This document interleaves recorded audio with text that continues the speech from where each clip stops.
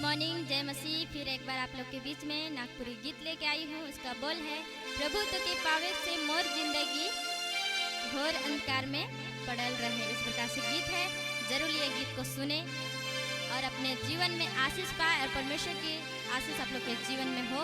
अगर मेरी वीडियो अच्छी लगती है तो लाइक करें, एक छोटा सा कमेंट करें और अपने दोस्तों के साथ शेयर करें। इसी तरह के रोजाना वीडियो देखने के लिए हमारे चैनल रॉक पेड को जरूर सब्सक्राइब करें। मेरे सबको जय मसीह, धन्यवाद।